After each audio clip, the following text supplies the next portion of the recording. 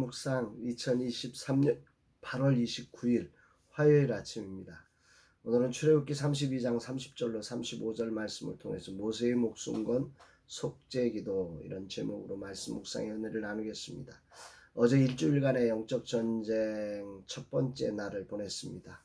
긴장감 속에 지낸 하루였습니다. 주님은 내 주변에 쌓아진 사단의 견고한 진이 무엇인지를 조금 알게 하셨고, 하나님의 전신갑주 중 믿음의 방패와 의의 흉배가 기능을 제대로 발휘하지 못했음도 알게 하셨습니다. 많이 긴장했지만 여러 동역자들의 중보기도 덕분에 힘을 내고 이제 이틀째를 맞이합니다. 정말 승리하시는 주님께서 인도하시기에 힘을 내고 찬양을 올려드립니다. 영적 전쟁 둘째 날 어떤 말씀으로 인도하실까? 오늘 본문에는 모세가 범죄한 이스라엘을 위해 두 번째 속죄의 기도를 올리는 장면입니다. 모세는 총 3번의 속죄 기도를 올리는데 오늘 본문이 바로 두 번째 기도입니다. 30절로 32절. 이틀날 모세가 백성에게 이르되 너희가 큰 죄를 범하였도다. 내가 이제 여호와께로 올라가노니 혹 너희를 위하여 속죄가 될까 하노라 하고, 모세가 여호와께로 다시 나아가 여짜오되 슬프도소이다. 이 백성이 자기들을 위하여 금신을 만들어 쌓으니 큰 죄를 범하였나이다. 그러나 이제 그들의 죄를 사하시옵소서. 그렇지 아니하시오면 원하건대 주께서 기록하신 책에서 내 이름을 지워버려 주옵소서. 아주 유명한 말씀이죠. 모세는 총 하나님을 뵙기 위해 8번 산에 오르게 되는데 오늘 본문은 그 7번째 하나님을 만나는 만남의 장면입니다. 그러기 위해서 올라가고 있는 거죠.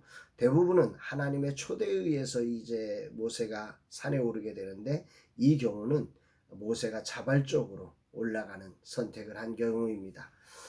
모세의 목적은 이스라엘이 범한 죄악을 속죄하기 위해서, 그 속죄의 기도를 올리기 위해서 올라가는 것입니다. 왜냐하면 하나님이 이 죄악을 용서하신다고 하는 그 말씀의 언약, 그냥 인간이 노력으로 하는 게 아니죠.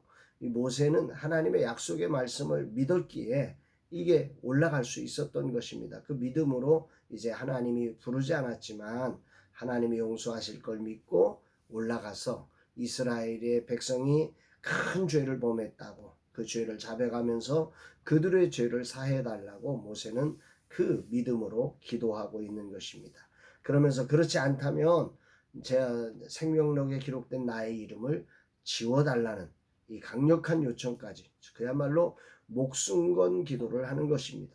이것은 협박 수준인 것처럼 보여집니다. 그러나 여기서 모세가 자신에게 맡기신 이스라엘의 공동체를 어떻게 생각하고 있는지를 우리는 느껴야 합니다. 영적 전쟁 이틀째, 이것이 굉장히 큰 울림으로 다가옵니다.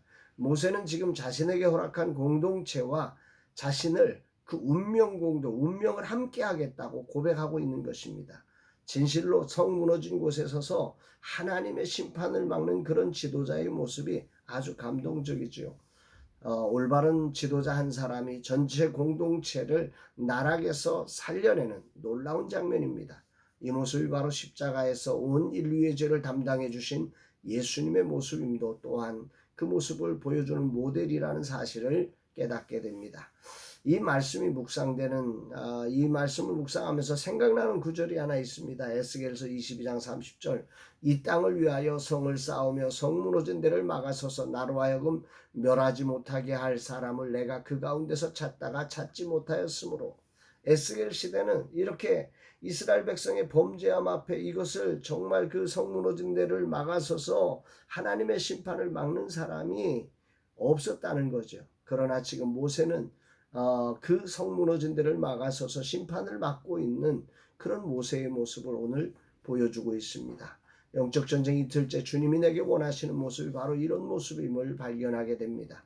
사단이 진을 치고 불화살을 날려 우리의 모든 수고를 헛되게 만들고 있는 것 현실입니다. 이 모든 것의 지도자로서 모세처럼 책임을 지고 공동체와 운명을 함께하는 자로 성 무너진 곳에 서서 중보하는 자가 되어야 함을 깊이 깨닫습니다. 이런 모세의 모습을 보면서 하나님은 이렇게 대답하시죠. 33절 34절. 여호와께서 모세에게 이르시되 누구든지 내게 범죄하면 내가 내 책에서 그를 지워버리리라. 이제 가서 내가 내게 말한 곳으로 백성을 인도하라. 내 사자가 내 앞서 가리라. 그러나 내가 보응할 날에는 그들의 죄를 보응하리라. 이 말씀은 메시지 성경으로 다시 한번 보면 이렇습니다. 하나님께서 모세에게 말씀하셨다. 나에게 죄를 지은 사람들만 내가 내 책에서 지워버릴 것이다. 이제 너는 가서 내가 너에게 말해준 곳으로 백성을 인도하여 보아라. 내 천사가 너보다 앞서갈 것이다. 그러나 셈을 치르는 날 내가 반드시 그들의 죄값을 물을 것이다. 하나님은 생명록에서 제하는 사람은 누구냐면, 생명록이 없는 사람은 누구냐면 죄를 지은 하나님 앞에 범죄한 백성들은 그 생명록에서 지워버릴 거다. 이스라엘 백성들은 그렇게 짓겠지만 너는 아니다. 네가 지워달라고 그래서 지워주고 써달라고 해서 써주는 게 아니다. 이런 얘기를 하는 거죠. 하나님은 이 모세의 기도에 그 백성의 죄를 모세가 대신할 수 없다. 이 사실을 말씀하고 있는 것입니다. 이것이 모세와 예수님의 차이죠. 모세의 기도로 지금 심판을 내리지는 않겠고 천사를 통해 너희들을 앞서 인도하겠지만 그 죄값은 반드시 보응할 것이다. 이렇게 말씀을 하고 있습니다. 그리고는 전염병을 통해 그 백성을 치십니다. 35절에 여호와께서 백성을 치시니 이는 그들이 아론이 만든 바 그 송아지를 만들었음이더라. 여기서 치신이라는 단어가 역병에 걸리다라는 뜻이 있다고 합니다. 앞에서 3,000명의 사람들을 죽였던 것과 더불어서 역병으로 이 백성을 치신 것으로 보여지는 거죠. 하나님의 엄미한 심판을 우리는 목격하고 있습니다. 그런 모세의 기도는 무익한 것인가? 그렇지 않습니다. 하나님은 그들 전부를 심판한 것을 계획하셨지만 모세의 중보기도로 그 심판이 모양만 심판이 사실은 긍휼로 그 백성들을 용서하시고 그 백성들을 인도하시겠다고 약속하고 계심을 우리는 보아야 합니다. 우리의 완전한 중보자이신 주님은 이 모세보다 훨씬 더 뛰어난 중보자로 완전한 속죄와 완전한 구원을 이루시는 분임을 또한 찬양하게 됩니다.